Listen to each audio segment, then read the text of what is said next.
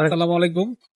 আপনারা অনেকে ফোন দিয়েছেন যে ভাই আমরা তো আমাদের আরবাবের কাছে ভিসা রিনিউ করার জন্য টাকা দিছি, কিন্তু আপনার ভিসা রিনিউ করে দিচ্ছেন।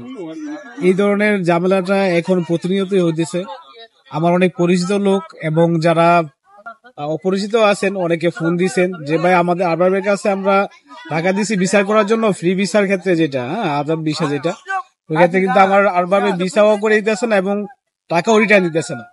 তা আপনার এই ক্ষেত্রে আপনারা কি করবেন? আপনারা টাকা লেনদেনের ক্ষেত্রে প্রথমে আপনার আরবাবের লাইসেন্স চেক করবেন। দেখবেন যে প্রত্যেক এলাকাতেই টাইপিং সেন্টার আছে বা বিভিন্ন জায়গাতে আমির সেন্টার আছে। আপনারা দেখবেন যে ওই লাইসেন্স, আপনার যে লাইসেন্সের বিষয় ওই লাইসেন্সটা রেনু আছে কিনা, এবং আপনার যদি লাইসেন্স রেনু আছে প্লাস ওই লাইসেন্সটা ব্লক কিনা, তারপর আপনার দেখা আপনারা সঠিকভাবে লেনদেন করবেন।